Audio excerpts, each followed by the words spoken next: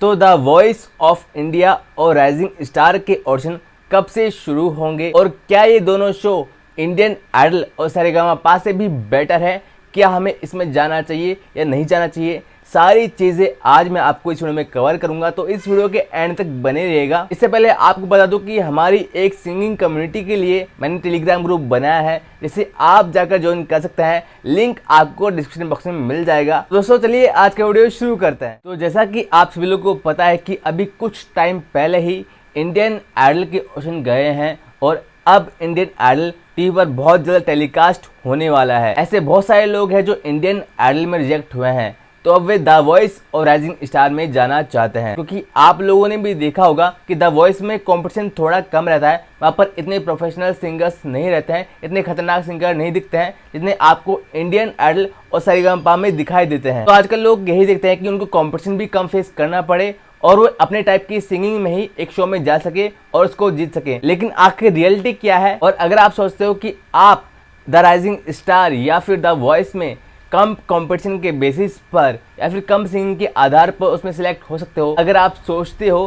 कि Indian idol और सारेगामापा की तुलना में द वॉइस में जाना आसान है, तो ये आपकी बहुत बड़ी गलतफहमी है। अभी मैं आपको बता देता हूँ।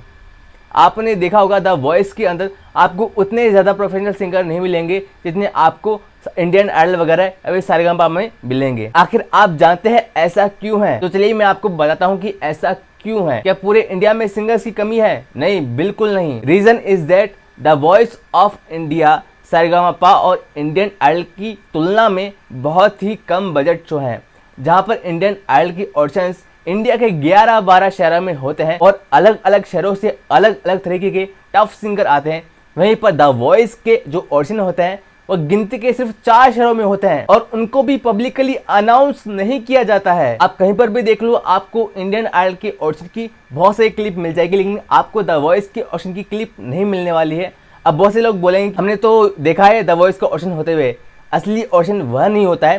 टीवी पर जो ऑडिशन होता है उससे पहले 3-4 राउंड होते हैं, वो होते हैं रियल ऑडिशन। उसकी क्लिप आपको कहीं पर भी नहीं मिलेंगे। तो इनके अंदर की प्रोसेस भी काफी अलग तरह से काम करती है। और देखो, जिनके ऑडिशंस ज्यादा सिटी में नहीं हो पा रहे हैं, जाहिर सी बात है उनका बजट कम है और कम सिटीज में होने के कारण कंपटीशन ज्यादा रहता है। तो मैं तो यही कहूंगा कि जो इंडियन आइडल या सारेगामापा में सिलेक्ट नहीं हो सकता, वो द वॉइस में तो कतई सिलेक्ट नहीं हो सकता। और देखो, बहुत सारे ऐसे शो भी हैं जिसमें पैसे लिए जाते हैं। मैं यहाँ पर किसी शो का नाम नहीं लेना चाहता हूँ, जैसे कि एक बहुत फेमस कंटेस्टेंट है किसी शो का, उस शो का मैं नाम नहीं लेना चाहता। मैंने उससे बात करी तो कोई भी आपको ये नहीं बताने वाला है कि हाँ भाई मैंने पैसा लिया है और पैसा दे के मैं शो में गया हूँ। ये बात आपको कोई नहीं बताता है। मैंने उससे बात की तो मैंने उससे बातों में उगलवाने की कोशिश की कि हाँ पैसा लगता है नहीं लगता है, तो उसने बातों में बोल दिया था, लेकिन बाद में उसको पता लगा कि मैं यूट्यूबर हूँ, तो उसने बात को चेंज कर दिया। तो कोई भी आदमी ऐसा कमिट नहीं करता है कि मैं इस शो पर इस मुकाम पर पहुंचा तो पैसे के बेसिस पर पहुंचाऊं। और जिस शो के ऑडिशन ही इतनी पब्लिकली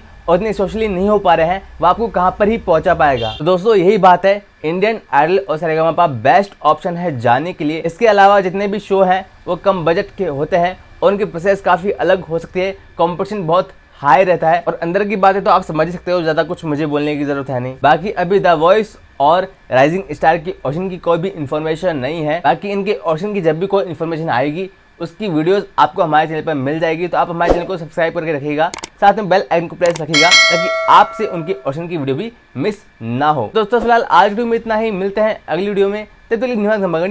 जय हिंद।